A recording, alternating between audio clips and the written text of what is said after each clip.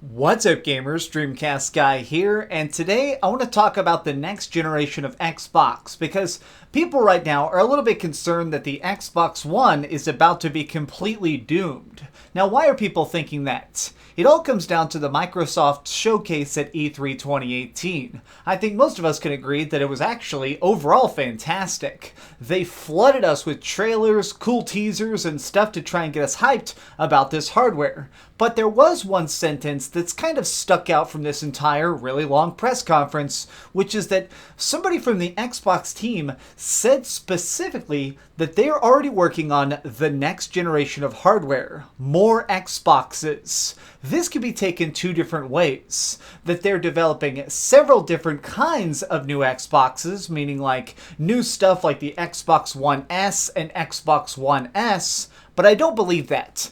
I fully understand from all the leaks I've read and information I've been given that this is in fact them finalizing the Xbox 2. Internally, it's called Project Scarlet. And personally, I'm very hyped for it. I think that stuff like the PlayStation 5, whatever the Nintendo's going to be doing, and the Project Scarlet are all fantastic. This is the next generation, and it's cool that we're already seeing the first light of that on the horizon. But there are people who are actually downright terrified and even pissed, and most of it is actually Xbox fans. So keep in mind, there is a huge chunk of people, we're literally talking millions and millions of gamers out there who only recently went out and bought an Xbox One X, and they bought it at full price. This is an expensive gaming machine, even if you get a good deal on it, but it was promised to be the ultimate device, something that could play current games better than any other platform, and in a way, it really does. It maximizes your gaming experiences and creates some crazy graphics. But now, what happens when it gets replaced? Especially if it gets replaced very, very soon. We don't really have a lot of details on what Project Scarlet is, but from what my understanding is, this is definitely the next Xbox, Xbox 2. But more than that, we heard Phil Spencer, after doing that initial tease, do several interviews throughout the rest of E3 where he went a little bit more in detail about it, kind of trying to unwrap this little mystery box and giving us a deeper dive as to what the heck it's going to be. And it sounds like they're trying to expand on the graphical side when it comes to the next generation. He specifically talked about trying to make it where games are 60 or even 100 frames a second, pushing the limits of graphical fidelity to make it where immersion is even more fluid. Like, this is Skyrim, and most versions of Skyrim on console, even as good as they look, are usually only about 30 frames a second, and even if you mod them, it's only 60 frames a second. This definitely has room to improve, and this is a relatively old game. But the question is this really worth trying to start a whole nother console generation? I mean, I hear a lot of Xbox fans saying that. They're actually genuinely angry because only recently had they bought again, had they spent their savings to try and invest in the Microsoft brand. But now, instead of getting more giant games and cool exclusives, they're already being told to save up for the next generation, to prepare yourself for more frame rate instead of more games. But what does this mean in the long run? Because I feel like that's the question a lot of people are asking is, if you just purchased an Xbox One, say you got a great deal on it this week, is this piece of machinery already doomed? Is this a device that's already about to become a paperweight despite the fact that it is still the current tech? I honestly don't believe that. I think that you are still okay buying an Xbox One or a PlayStation 4 for probably the next 2 years. And the reason I say that is because right now we're kind of getting into the golden era, time where there are hundreds and hundreds of great games to play, but also they're dirt cheap. If you manage to lay down even a couple bucks, you can get phenomenal experiences. Stuff that's going to push the boundaries of gameplay, immersion, graphics, and storytelling. I mean, true, the new stuff that's coming out is all going to be $60 each, like Last of Us 2 and Gears of War 5, but that stuff is okay being that price. Right now, there is a humongous back catalog of games. You can get Rare Replay for probably $7, and that is literally a ton of games all on one disc. I mean, I've seen them try and sell Final Fantasy 15 lately.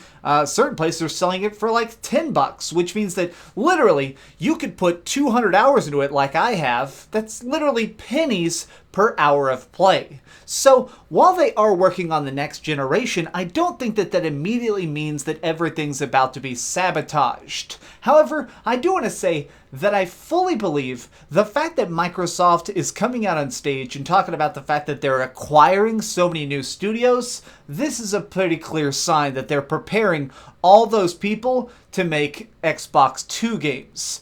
I definitely believe that when it comes to first party, both Sony and Microsoft are already eyes up on the future. I definitely think that we are seeing the last of PlayStation 4. Ghosts of Tsushima, Spider-Man, these games are going to be the sunset of the PlayStation 4, PlayStation 4 Pro, Xbox One, and Xbox One X. These are the last big games that are maximizing the potential of this machinery before the new stuff arrives.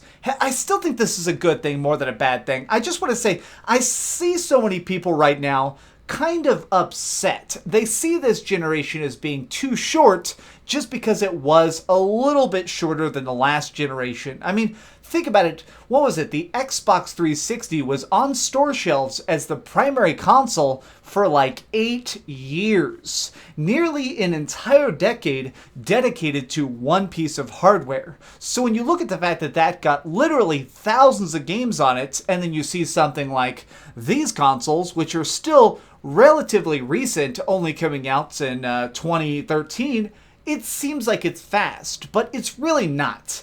I'm saying that developers need to constantly be able to stretch their legs. As people try and innovate and create new ways to play, new reasons to play, and new styles of play, they also need to have the hardware constantly advancing. New tools being added to the toolkits. I still think that somewhere around the 5-year mark is probably best, getting a new major console every half decade. I'm still not really a fan of this half generation crap. I mean, I'll admit that the PlayStation 4 Pro and Xbox One X are better than I thought they would be, but I still don't think that they're phenomenal, and I'm still not 100% sold on the idea of them as a concept. However, seeing what the PlayStation 5 can do after reading all the rumors about it, and now what Project Scarlet's probably going to do, that seems like it's going to unlock so much extra potential. It's going to make it where indie games can be more gorgeous, storytelling can have so many more facial animations, and online multiplayer can have a lot bigger lobbies. And all of this with better frame rates and better visuals than have ever been done before. I still think that some people are just going to be upset because it does sound like something negative is going on. It sounds like they are trying to stop you from going on these epic adventures, when that's really not the case. The next generation of Xbox is not going to immediately shoot your current Xbox in the face. Keep in mind, PlayStation 3 and Xbox 360 games were coming out way into the life cycle. I mean, we had so many games that were cross-platform, and I think we're going to see that again. I mean, keep in mind, there are probably about 40 million Xbox Ones that have been sold and like 70 million PlayStation 4s. They're not turning their back on that audience. They exist, they're paying, they are consumers. But I definitely think that when we see the Xbox 2, probably around E3 next year, we're definitely going to see the big line in the sand. Once Project Scarlet, the Xbox 2, is brought out, Sony is going to have to make a move next. They know that things are rushing forwards, and this will be a good thing. I definitely think the games can only go up from here. It's so funny to think about the fact that as graphics just keep getting bigger and better, and every single facet of like online multiplayer keeps finding new ways to blow minds, I feel like I get more excited to turn on my console every single day. And this new stuff is probably gonna, well, do something even more amazing that currently we literally can't imagine. But what do you think about this? Are you an Xbox One owner who is worried about the Xbox 2, or are you just as excited as I am? Let me know in the comments down below. And also, if you are a PS4 or Switch owner, when do you want to see a new Nintendo console? Probably in 5 years. Or when do you want to see the PS5? Are you ready for this next generation, or is it too expensive too soon? Let me know your thoughts in the comments down below. If you enjoyed this video, please give it a like, share with your friends, and subscribe if you haven't already. But do the biggest favor of all and keep dreaming. Alright, now I'm going to go play some more Skyrim. I actually just started a new save file, and as you can see, I'm doing a pure sneak build. I'm going to go around as an ultimate ninja and kill everybody without them even knowing where I'm at. Oh, hey, I was just playing a little bit of Grand Theft Auto on my Darth Vader PSP.